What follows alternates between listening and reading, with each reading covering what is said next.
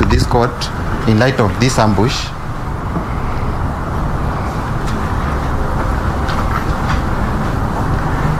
Whereby, on various occasions,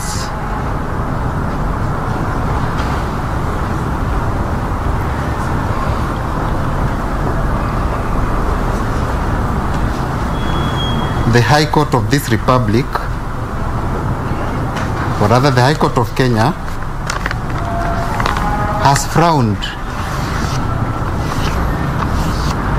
upon such applications. More specifically,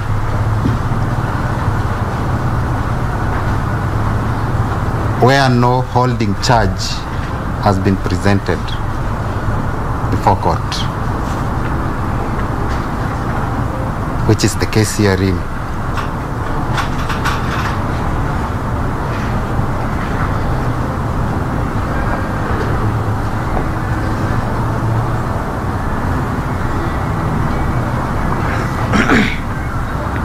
Your Honor, that denies the accused persons their right under the Constitution, that is Article 50,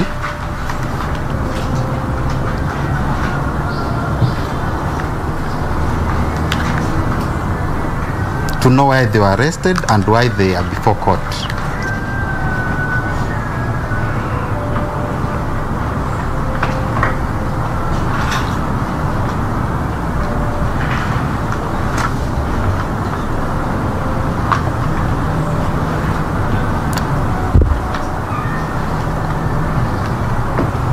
Still, Your Honor, any orders granted herein, as prayed, would be in contravention of Article 49(1)(h) of the Constitution, whereby my client, the second respondent, is entitled to be granted bail.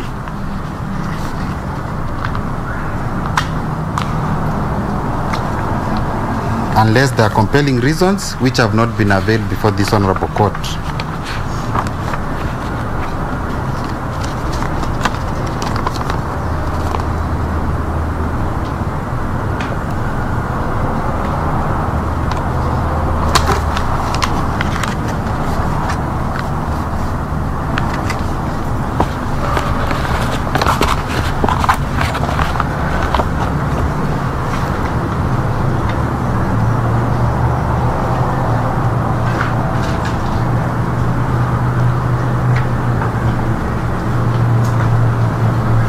As I conclude, we reiterate that the averments by the prosecution, as contained on the face of the application and in the supporting affidavits, are mere allegations which have not been supported whatsoever to warrant granting of the orders sought.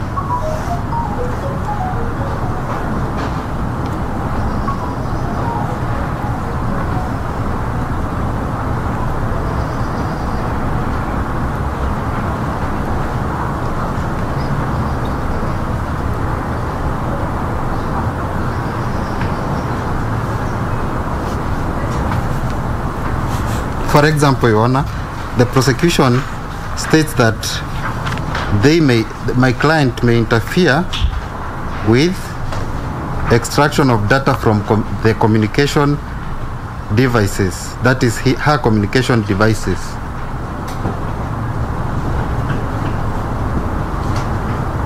And also the phones of the deceased persons and witnesses. So, as it stands, Your Honor, it is my submission that the second respondent has no control of the said devices, as her phone was immediately taken from her.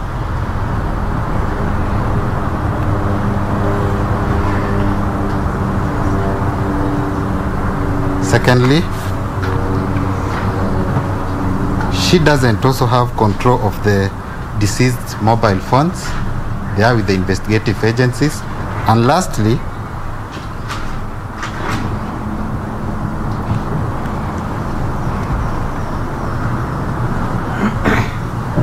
she has no control of the mobile network provision agencies, that is Safaricom and others.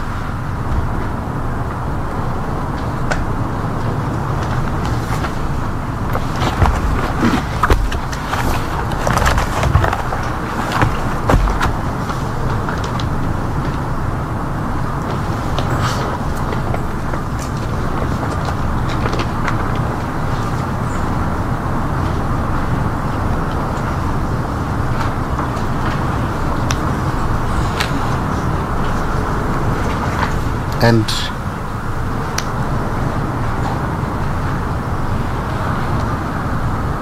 briefly, in response to the victim's advocate, that is I'll be done in 1 minute, Your Honor.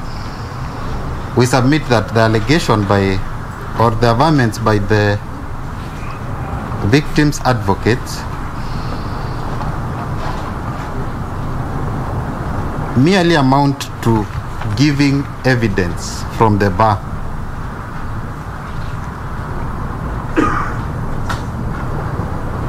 Which is not admissible, especially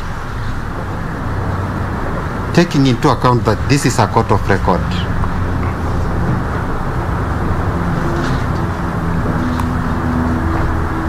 In light of the foregoing, Your Honor, we pray that the application herein be declined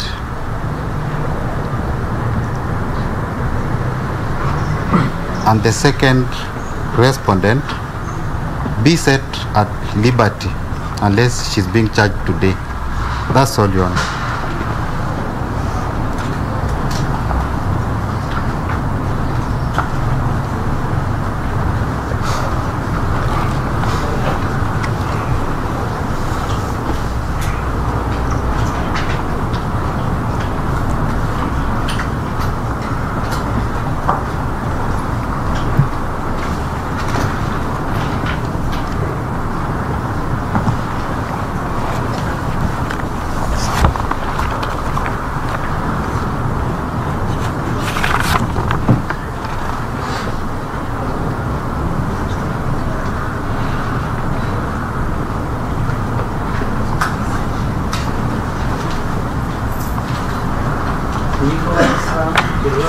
Yes, Your Honor. Do you have anything to say? Please talk to this application. Yes, Your Honor. Say it. I'm objecting the application, Your Honor.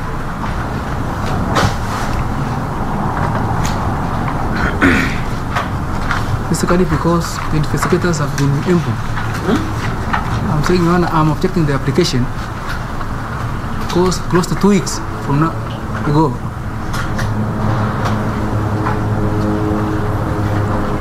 officers from the IPO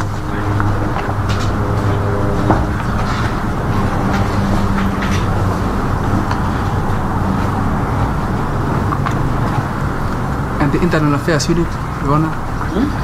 I'm saying officers from the IPO and the officers from Internal Affairs Unit.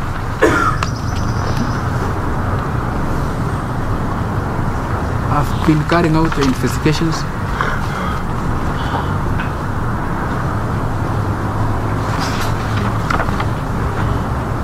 So I believe, Your Honor, they are done with it.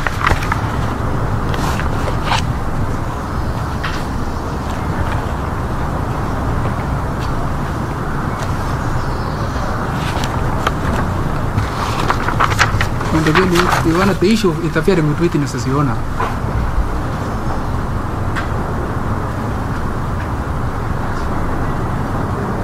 cannot be a ground, Your Honor.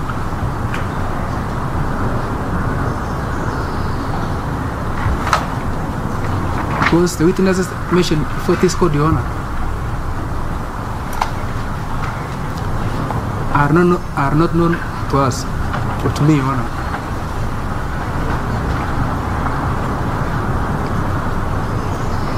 So, Your Honor, I object to the application.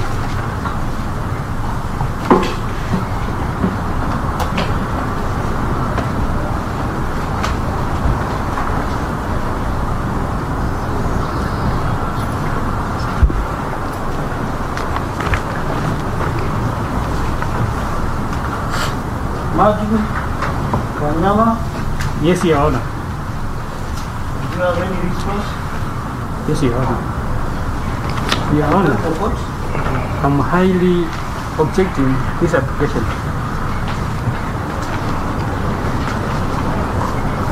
by stating that for the last 2 weeks, the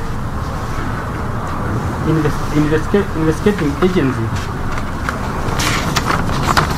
have been carrying their duties within Embu.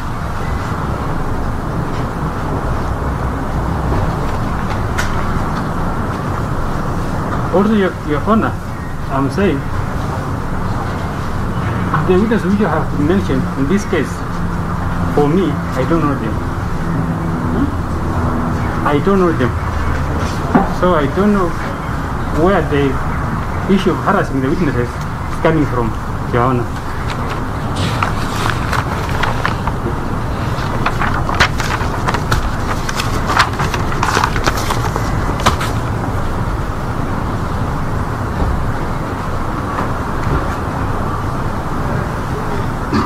Your Honor, the investigating agency confiscated my phones.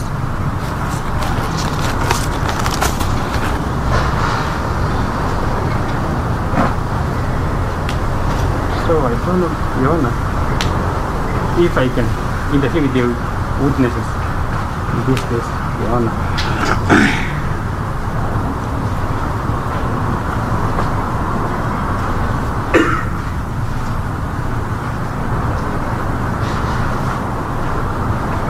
That's a highly object the application, Your Honor.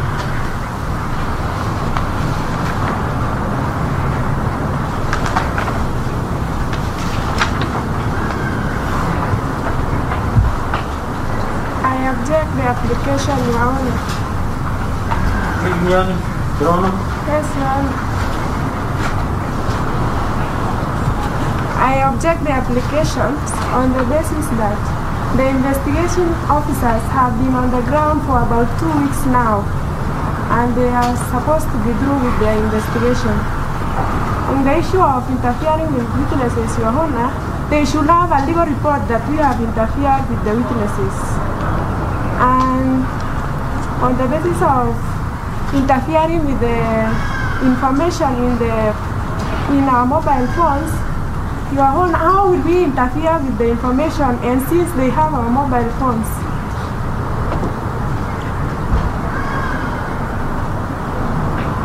Alas, I object the application now.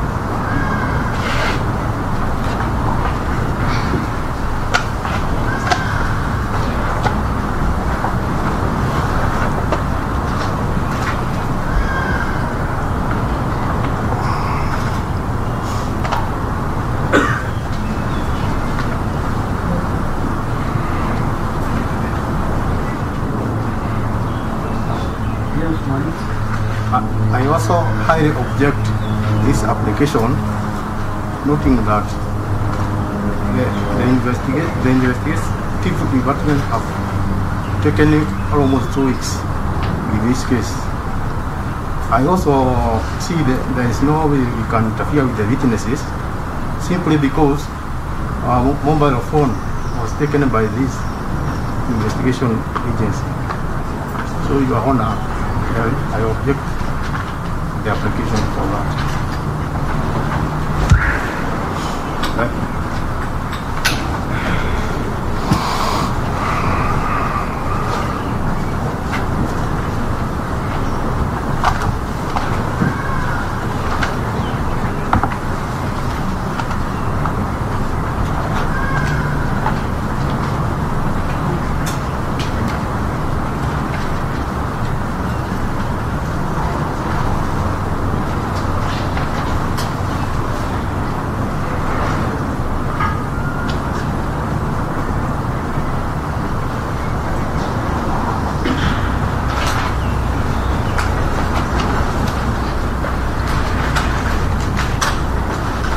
Tanzania Mosi, I will give you a limited time, 5 minutes to make a take.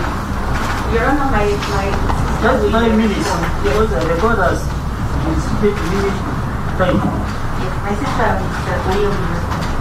Yes, Your Honor, I am Nana? Tabitha Oya. Oh yeah.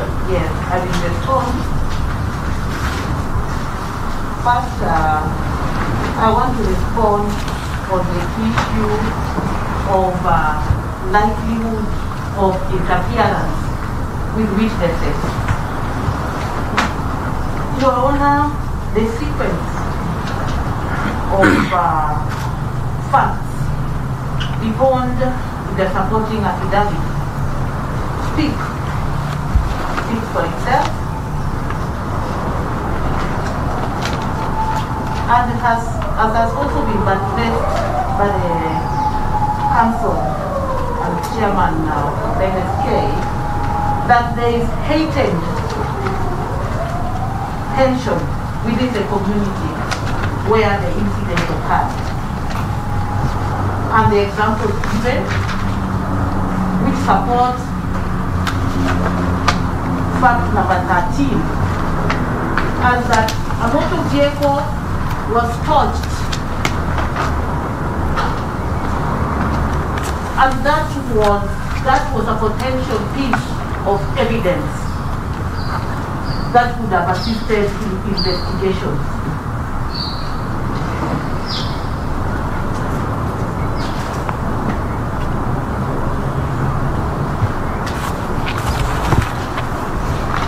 That is just one example of the many possibility indications in that area. And we also cannot ignore the fact that the respondents worked in that community and possibly lived in that community. That is an indication that there would be more interference, not only by them, but maybe by others who are in a position to interfere.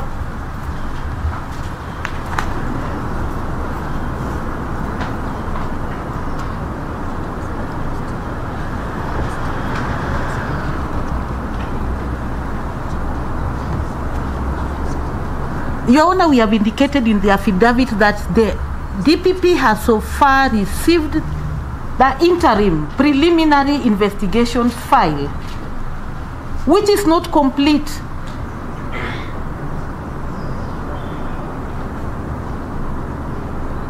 But it gives an indication that the 6 respondents were involved in the killing of the 2 deceased persons.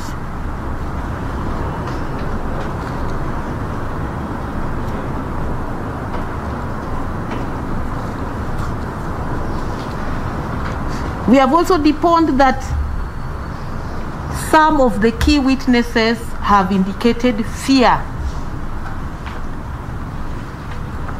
And Your Lordship, this fear is real simply because the circumstances under which the 2 deceased persons met their death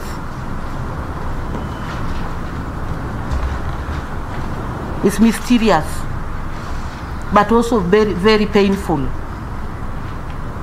Your Lordship, nobody wants to go through that.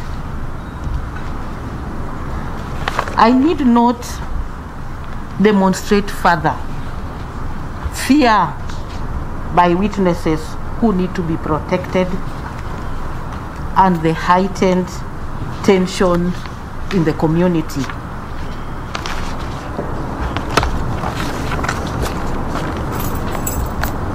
I wish also to respond to an issue that has been raised about the rights, whether the rights should be limited or not. I reiterate that these fundamental rights are not absolute, and they give the prosecution a leeway when there are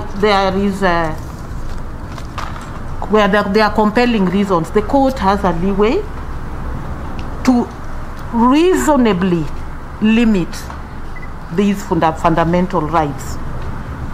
Your Lordship, I reiterate that we are only asking for a reasonable period of 14 days.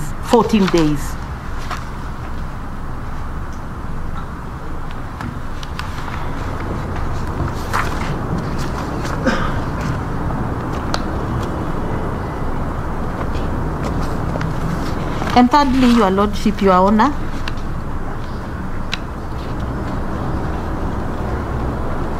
I wish to state that the respondents were arrested only yesterday.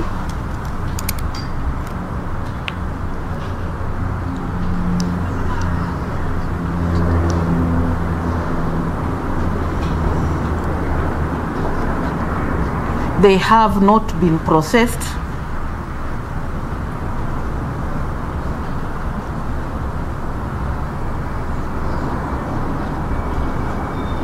Including fingerprints and many other processes that they need to go through.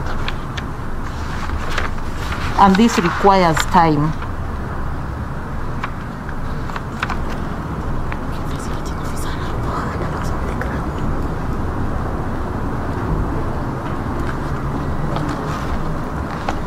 I also wish to state further, Your Honor, that investigating officers from Independent Police Oversight Authority are rightfully mandated to deal with the matters of police excesses.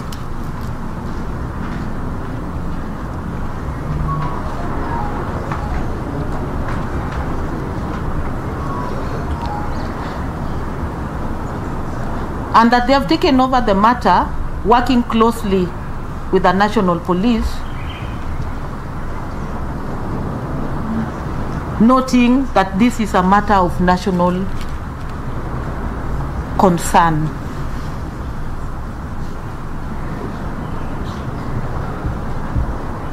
That explains why the deponent, Mr.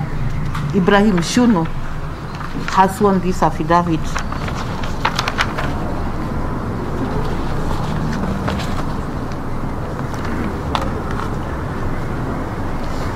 Your Honor, may the court also take notice of the fact that this affidavit only highlights the nature, circumstances, and the basis upon which the prosecution would like the respondents to be detained for a while.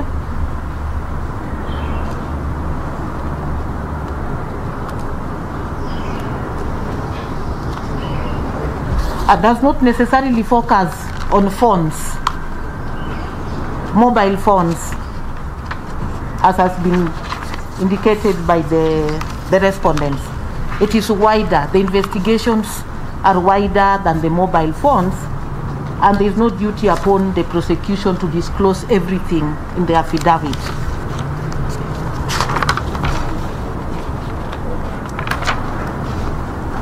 With that brief response, Your Honor, we pray that you grant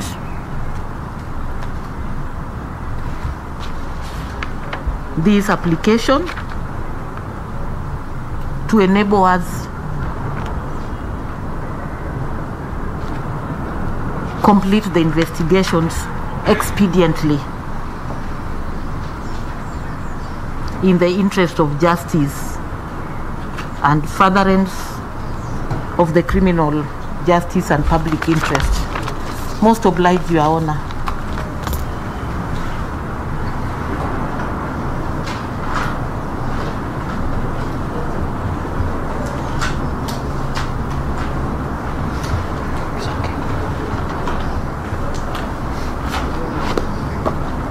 What is the only right here on the spot? Thank you.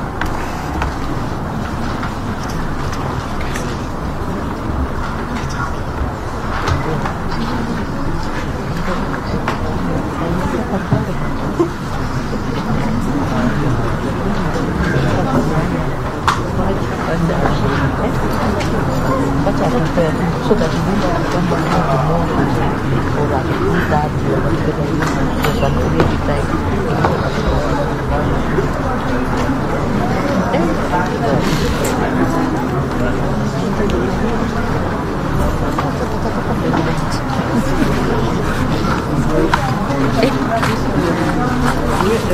Mtu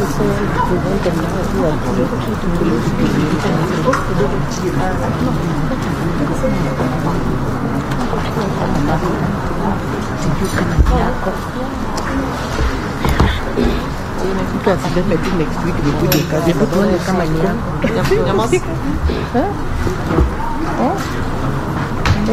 He said he did work.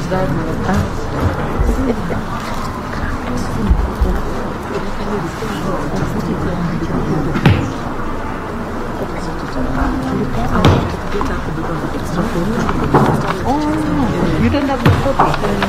Just give them. Where's the one? Just give them a house. Yes, I'm giving you right now. Our communication is right. Just don't take the question. Even all the pages. Take all the pages. So what are you showing me? Akizimuisha. Unajua the participants are many. He had more than 10, but these are the people who must have their affidavit. Ya kupeana you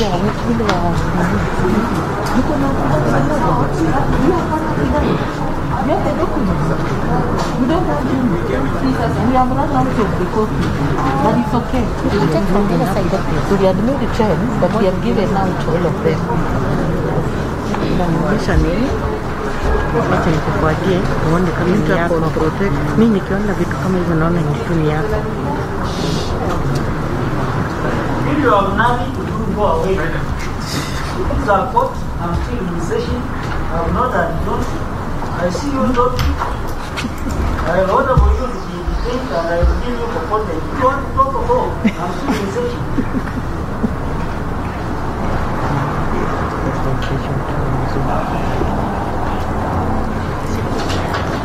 Nijitumia. I don't know where.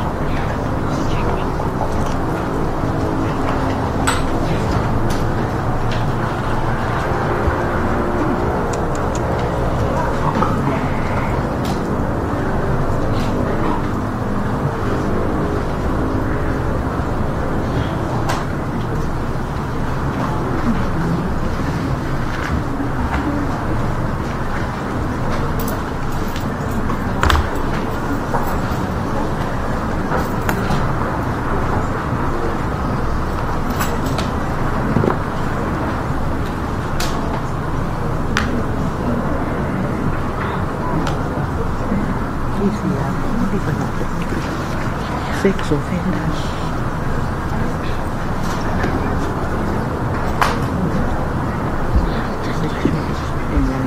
They should be. You know, the one way I'm sure everything there.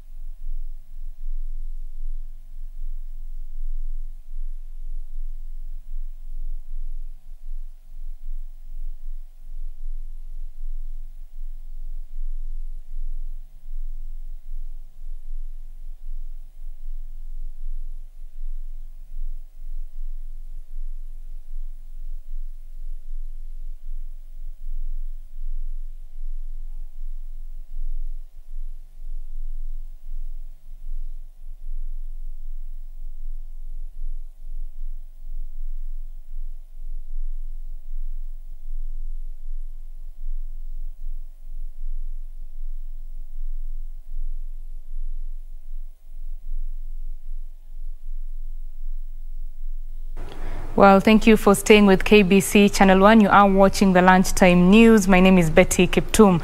Now, 265,145 students are set to pursue degree and TVET courses in the 2021-2022 cycle under the government-sponsored program. According to Education Cabinet Secretary Professor George Magoha, 137,072 students will pursue TVET courses and 128,073 degree programs.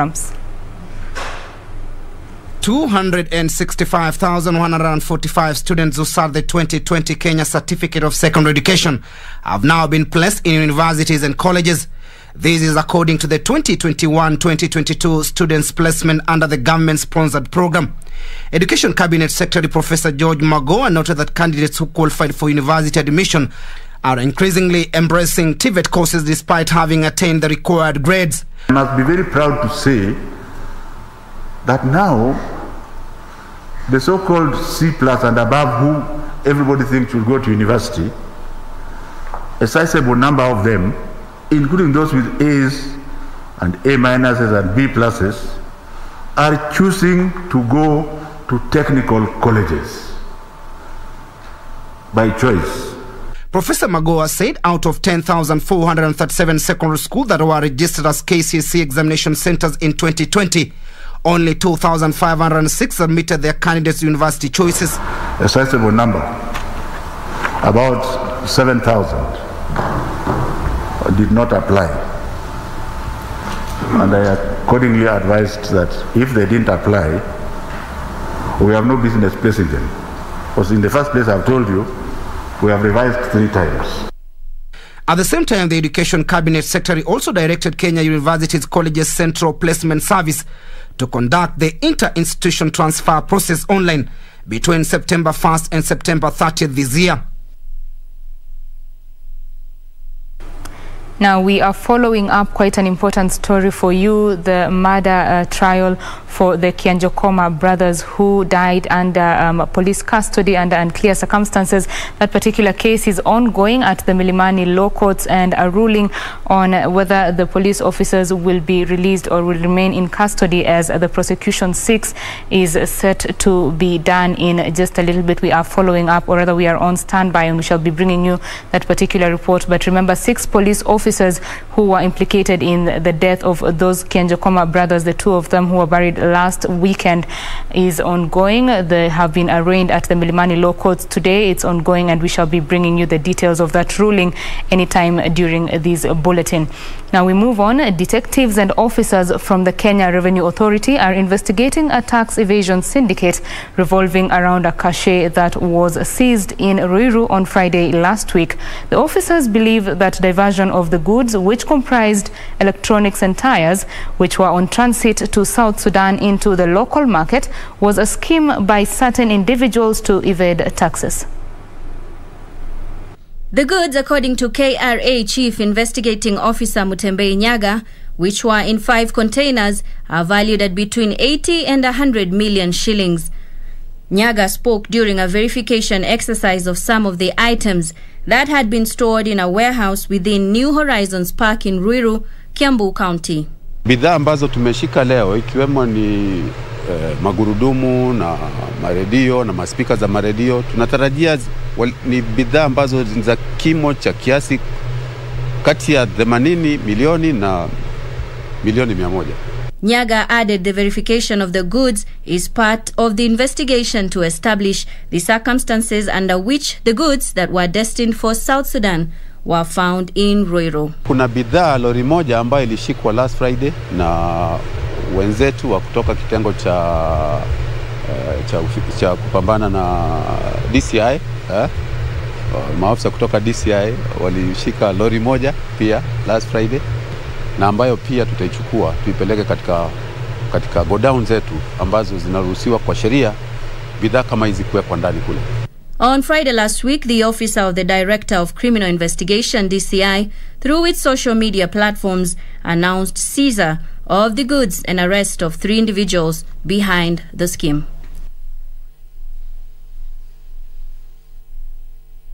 And a school in Baringo County has come up with initiatives to help students who come from needy backgrounds to pursue their studies. Ruth Kiptum of Kasok Girls School came up with the Basket Day and Mothers Initiative, which helps to raise school fees and shopping for needy students through well-wishers.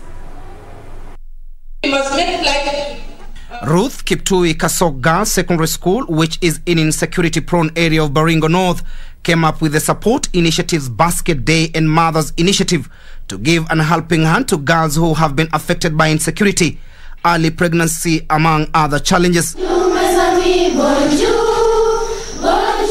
According to the school principal, Monica Buchichi, Basket Day is a day set aside by the school to raise shopping for those students who are unable to get shopping, among them sanitary towels, tissues, hence sustaining them the whole term. So there are those girls who can be able to buy what they need in school, like soap, pads, pens, and everything. And then we have those who can't afford to do it because of the backgrounds they come from. So we talked to our girls, and we are actually teaching them to give, and we are encouraging the spirit of sisterhood. Mothers Initiative is a program where mothers who are teachers and friends to raise school fees for the students. Such a move should be applauded because it means therefore that the head teacher or the principal, they understand their students. So if they understand the students, they have taken action to ensure that they maximize the learning. Melvin Kipserech, who survived being killed by bandits while looking for grass to sell to raise school fees, narrated her ordeal after sustaining gunshot wounds on her right hand, which forced her not to do her KCC exam last year. Nilikuwa nikitafuta nyasi ndio walipe karo ya shule ndio nikuje niendelee na masomo ndio nisaidie wazazi wangu after nimalize shule. Hiyo ika affect sasa ndio after that nikarudi hiyo 2021 shule. Another beneficiary, Kandie Sumoka, says her parents were unable to raise school fees. Penye nilijoin Kiptum class, I came with all school fees, but we struggled. Me and all my brothers, sisters, we have been doing manuals. Then after doing manuals, we come and collect the money. More than 100 students have benefited from the initiatives. And a family from Bamba area in Ganze constituency, Kilifi County, wants to be recognized as part of legendary Mekatilili Menza history. The family is urging the government to set up a school in her name in Bamba for the society to remember and honor her contribution to the nation's rich culture. The family from Bomba area in Ganze constituency, claiming to be relatives of the legendary Mijikenda heroine Mekatilili Menza, wants the government to set up a school in the area in her memory. Na kuna barabara ile kwamba inatengezwa barabara ataipa Nairobi, kila itaitwa barabara hiyo ni Mekatilili. Serikali, naomba serikali injenge nini shule watoto wasome. The family from Akiza Mwaiha clan in Mtsara Watsatsu village in the remote part of Bamba claims Mekatilili was born and brought up in the area. Nini hasa mimi Mekatilili mbali yake ni Mkiza Mwaiha. Siwezi kusema mambo ya urongo. Nataka twende mpaka kama ni kesho kutwa twende mpaka pale kaburini kwa babake Menza na mkone leshimo Mtsara Watsatsu Bamba. The family claims the school will enable future generations in the area to know their history and the place of the community in the struggle of emancipation from the colonial rule. Mwanamke wa Mijikenda ambaye hakukanyaga shule alijua maana ya haki, alijua maana ya justice. Hiyo alijua maana ya kutetea jamii yake. Leo angefufuka Mekatilili wa Menza na kuona jamii yake aliyoitetea mbele ya mzungu iko vile, nina hakika angelia machozi. For Lunchtime News, Amnesty Emmanuel Okoth. Mandera GK Prison has released 16 inmates as part of the ongoing program to decongest prisons in the wake of the COVID-19 pandemic. Those freed include 7 prisoners who were about to finish their jail terms and 9 others whose crimes are considered petty. The move follows a directive from the Ministry of Interior and Coordination of National Government aimed at containing the spread of the coronavirus in correctional facilities. According to Mandera Senior Principal Magistrate Peter Wasike, 16 have been freed following orders from Garissa High Court as part of mitigation against spread of COVID-19 in prisons. Sahi tunashukuru prison, tulikuwa tunangoja hii sheria kuanzia Mei mpaka sahi. Imetokea jana na leo tuko hapa kumrelease nyinyi. Mandera GK prison officer in charge Francis Mulandi lauded the government for its efforts to decongest correctional facilities, warning those released not to misuse the chance. Tumeweza kurekebisha tabia zao na tunashukuru kwamba wakitoka nje wamekuwa watu wa kufuata sheria za nchi. Mandera County Probation Service Director Mohammed Sheikh said inmates whose jail time will be reviewed to non-custodial service will be under supervision of probation officers with assistance from government administrators at the grassroots. And to bring back life to the wood industry in the country after the moratorium on logging 4 years ago, the Kenya Forest Service is in the process of setting up systems that will rid the felling of trees of wanton corruption. And as John Jacob Kioria reports on the final part of our two-part series, The Pain of Nobility of our feature, KFS, however, has the task of eliminating rogue elements from within their ranks who have been colluding with unscrupulous sawmillers to deny government revenue from the trees in government forests.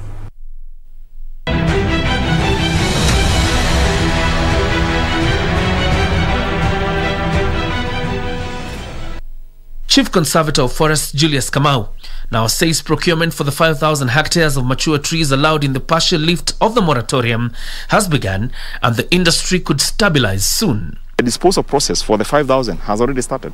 In any case, already we went to the public notice. We invited bidders, not bidders, but people who have interest to do business with the Kenya Forest Service with regards to roundwood, poles, firewood, and other forest products. And we give them about 30 days to register on that platform, and most of them have registered. And of course, section of the forest industry went to court to object the e-registration. But hopefully that matter was put on rest yesterday, basically. And therefore, we are happy to engage. According to Kamau, most sawmillers have failed to supplement government efforts at conservation, which would bridge the wood deficit in the country, which stands at 10 million cubic meters today. It should not be perceived as if we are working in a different direction. In any case, the commercial forest plantations are developed and their working cycles are set to support the industry. Remember, we have the Big Four agenda, the housing and manufacturing. So we appreciate that. And that's why we are trying to create a good foundation that when we start doing business with them, it is sustainable. For them, they feel safe. They can even go for loan, knowing that I can still be able to access the material tomorrow. That's a plus. Timber industry does not implement a policy. We don't have that mandate. The person who implements the mandate on behalf, who implements the policy on behalf of Kenyans is the Kenya Forest Service, because it is the body which was established by an act of parliament. The Kenya Forest Service, in the meantime, is installing systems intended to rid the tree harvesting exercise of any corruption. Kenya Forest Service has developed what we are calling an e-registration platform, because we want to go digital. We want to use platforms which do not necessarily have to have a high interaction of our human resource. And that is something that we have done. It was done by entire internal capacity by the Kenya Forest Service. And therefore today we have an e-registration platform on our website that is basically to register all the forest industry players within the industry. But seeing the trees are a renewable resource and the number of mature trees continues to rise, what is KFS doing to trigger success stories from the tree harvesting in coming years? We had a backlog of about 30,000 hectares of the plantations that were cut, felled, but not replanted. And therefore, one of the things that we have been able to do, it is to synergize our resources, working together with the projects that we have to be able to replant and restock these areas. And so far, we have been able to move from the 30,000 hectares backlog to now 14,000. And we continue. And we believe in the next one financial year, we should be able to clear off the backlog, meaning we should be able to harvest and at the same time, immediately planned for sustainability, both for the predictable revenue for the government, but also for the forest industry. After government imposed a ban on logging 4 years ago, and even after the lifting of that ban, albeit partially, there's no respite for sawmillers in the country. Much of what we've seen is back and forth between government and sawmillers. But one thing is clear, that the government needs to escalate the conservation measures, because nobody can underestimate the importance of a beautiful ecosystem. But secondly, the government also needs to find a sustainable solution to keep sawmillers in business. John Jacob Curia, Channel 1.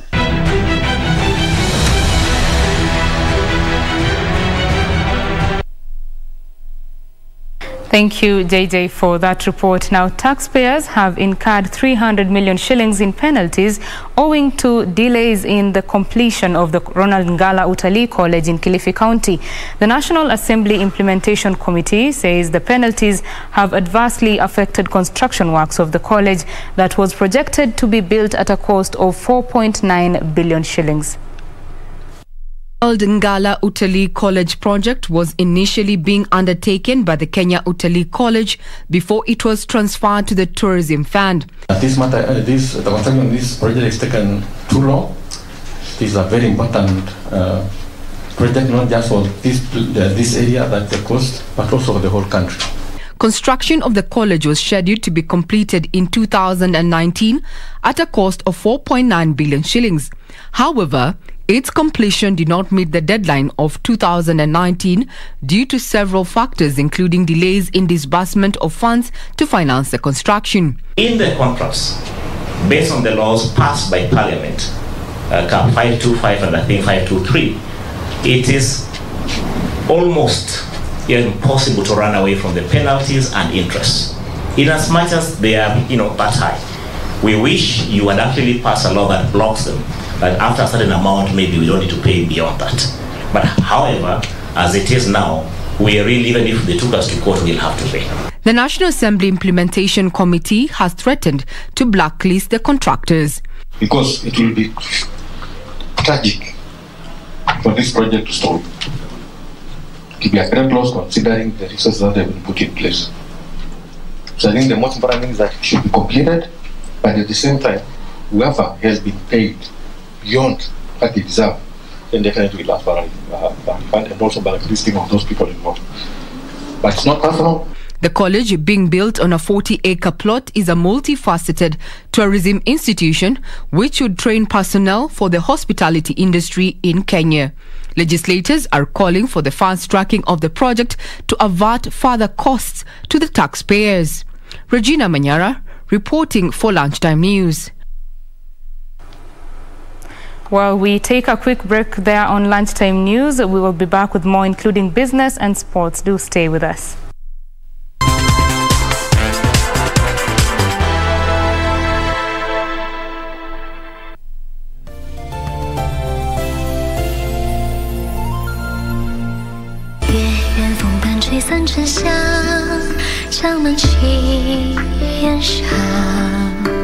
Heights. One of them managed to escape and was shot to death. 2 others haven't come out yet. Probably Prince China's killed them. Good. You're my real father? Your mother was Lady Tianxin. She was my wife before. You're from the Poison Clan. Child, stay calm. I have a pill here. Take it and you won't feel as much pain. Is that better? For so many years before, I tried everything I could think of. And finally got rid of the late queen. I worked so hard to become the most favored consort.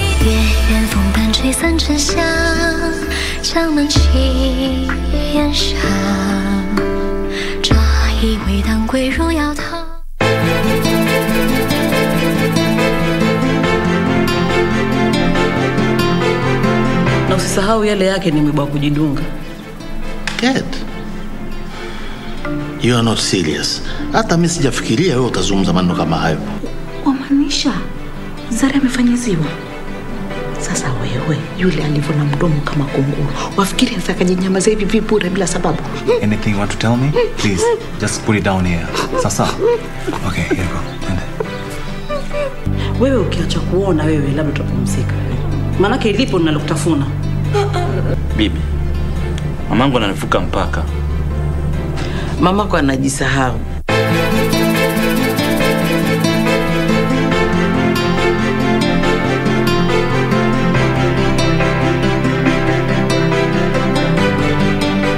What does this number mean to you?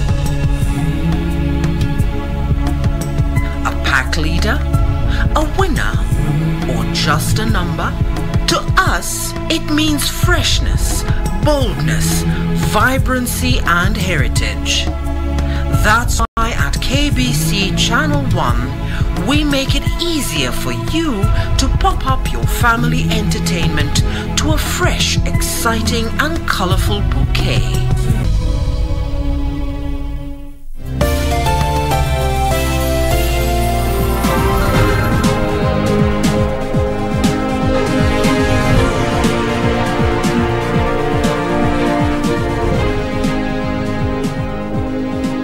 Welcome back. Let us now do the business news. Now, livestock traders in Isiolo want the government to roll out a livestock offtake program and cushion them from further losses necessitated by the current drought. They argue the current market prices are too low to sustain their livelihood as farmers rush to offload their livestock. Livestock keeping remains the main source of livelihood for close to 80% of households in Isiolo County.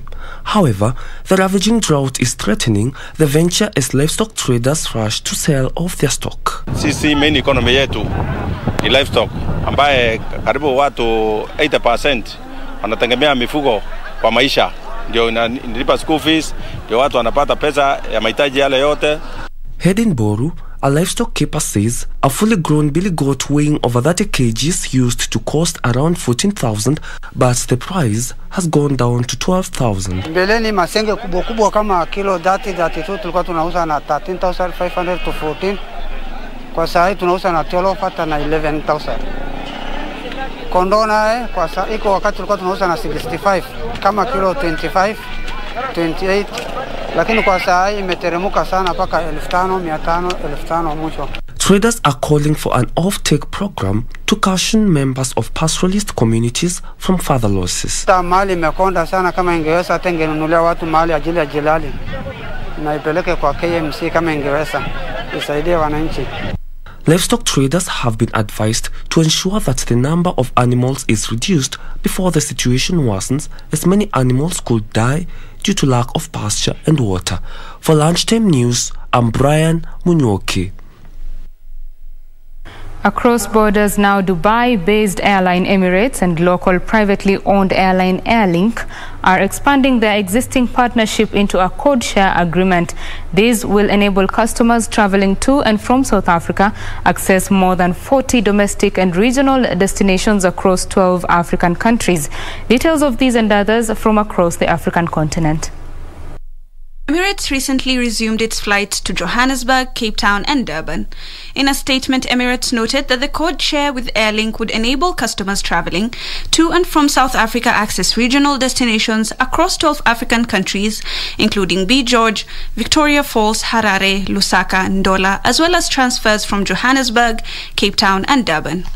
The connectivity provided by the new code share between Emirates and Airlink will enable the offering of competitive fares, combined ticketing, and seamless baggage transfers when connecting between the two airlines. Elsewhere, the National Bank of Ethiopia has ordered all commercial banks in Ethiopia to temporarily suspend lending via a directive issued.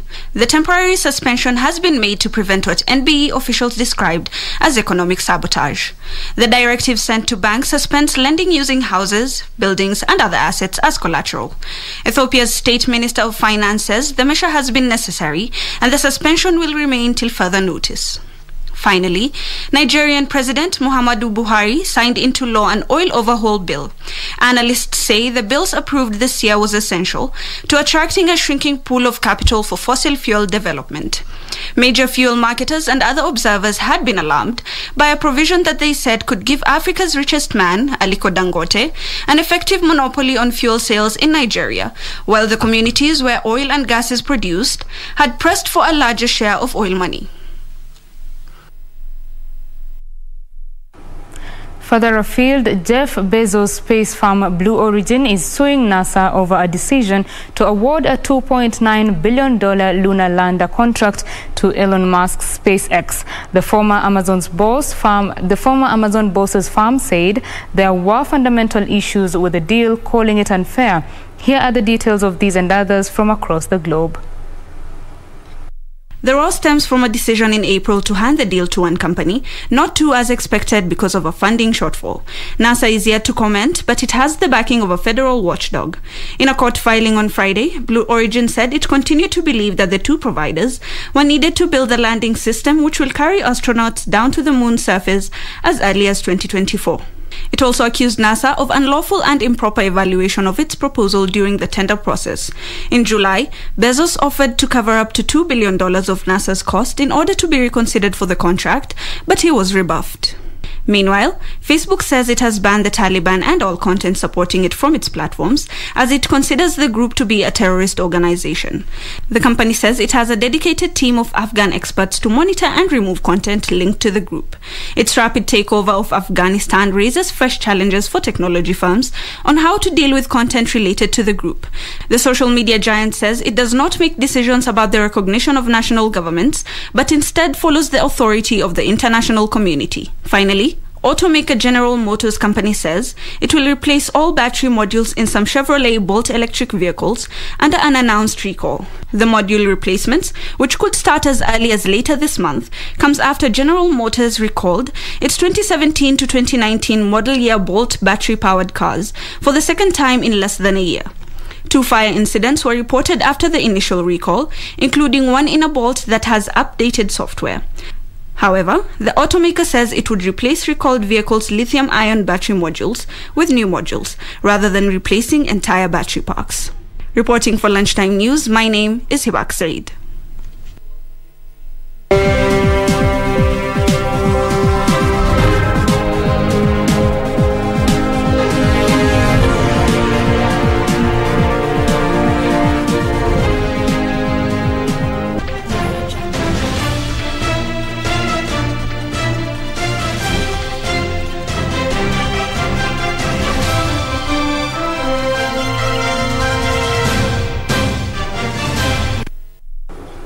Let's now do the sport. Organizers have confirmed spectators will not be allowed at the Tokyo Paralympic Games, with the event set to begin on 24th of August. Everyone is encouraged to watch the games at home because of the city's ongoing struggle with coronavirus. The first batch of the Kenya national